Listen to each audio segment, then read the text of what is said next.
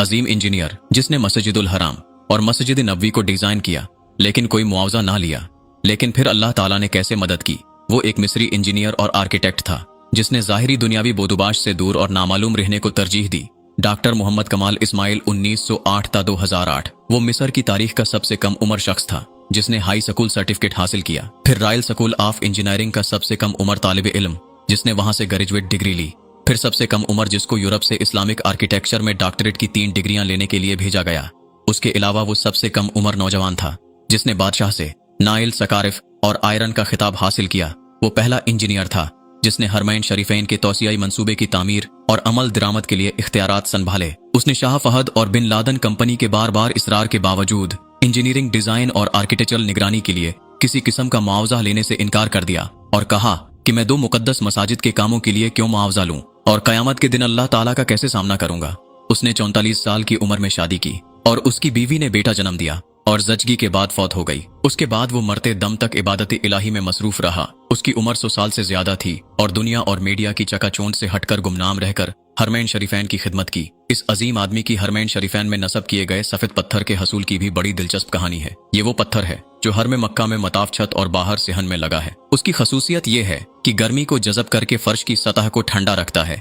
ये पत्थर एक मुल्क गरीस में एक छोटे से पहाड़ में दस्तयाब था। वो सफर करके गरीस गए और हरम के लिए काफी मिकदार में तकरीबन आधा पहाड़ खरीदने का मुआहिदा किया। मुआहिदा पर दस्तखत करके वो वापस मक्का लौटे और सफेद पत्थर स्टॉक में आ गया और मक्का हरम में पत्थर की तनसीब मुकम्मल कराई। 15 साल बाद सऊदी हुकूमत ने उसी ही पत्थर मस्जिद नबवी में भी नस्ब करने को कहा। इंजीनियर मोहम्मद कमाल को जब बादशाह ने मस्जिद नबवी में वैसा ही मार्बल लगाने को कहा तो वो बहुत परेशान हुआ क्योंकि कुरह अर्ज पर वाहिद जगह गरीस ही थी जहां ये पत्थर दस्तयाब था, जो कि आधा पहाड़ तो वो पहले ही खरीद चुके थे। इंजीनियर मोहम्मद कमाल बताते हैं कि वो गरीस में उसी कंपनी के चीफ एग्जीक्यूटिव के पास गए, उसे मिले और मार्बल की बकाया मिकदार जो बच गई थी उसके बारे में पूछा तो चीफ एग्जीक्यूटिव ने बताया वो मार्बल तो हमने आपके जाने के बाद बेच दिया था, अब तो 15 साल हो गए हैं। कमाल बहुत अफसरदा हुआ और मीटिंग छोड़कर जाने लगा तो ऑफिस सेक्रेटरी से मिला और गुजारिश की कि मुझे उस शख्स का अता पता बताओ जिसने बकिया तमाम मार्बल की मिकदार खरीदी। तो उसने कहा पुराना रिकॉर्ड तलाश करना बहुत मुश्किल है,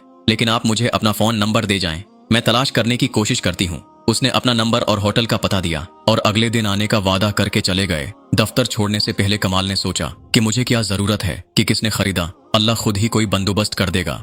अगले दिन एयरपोर्ट जाने से चंद घंटे कबल उसे फोन कॉल आई कि मुझे मार्बल के खरीदार का एड्रेस मिल गया है। अब मैं बहुत आहिस्ता रफ्तार से दफ्तर गया कि अब क्या करूंगा खरीदार के एड्रेस को, क्योंकि इतना लंबा अरसा गुजर गया है। कमाल दफ्तर पहुंचा तो सेक्रेटरी ने कंपनी का पता दिया जिसने मार्बल खरीदा था। जब कमाल ने पता देखा तो कुछ देर के लिए उसका दिल धड़कना भूल गया, फिर जोर का सांस लिया क्योंकि वो कंपनी जिसने मार्बल खरीदा था ये सऊदी थी। कमाल ने सऊदीया की फ्लाइट पकड़ी और उसी दिन वो सऊदी अरब पहुंचा और सीधा उस कंपनी के दफ्तर पहुंचा और डायरेक्टर एडमिन को मिला और पूछा कि आपने इस मार्बल का क्या किया जो गरीस से खरीदा था। तो उसने कहा मुझे याद नहीं। फिर उसने स्टॉक रूम से राबिता किया और उनसे पूछा कि वो सफेद मार्बल जो गरीस से मंगवाया था किधर है। तो उन्होंने कहा वो सारी मिकदार मौजूद है और उसको कभी इस्तेमाल नहीं किया गया। तो कमाल एक बच्चे की तरह रोने लगा और कंपनी के मालिक को पूरी कहानी सुनाई। उसने कंपनी के मालिक को ब्लैंक चेक दिया और कहा इसमें जितनी रकम भरनी है भर लो और मार्बल की तमाम मिकदार मेरे हवाले कर दो।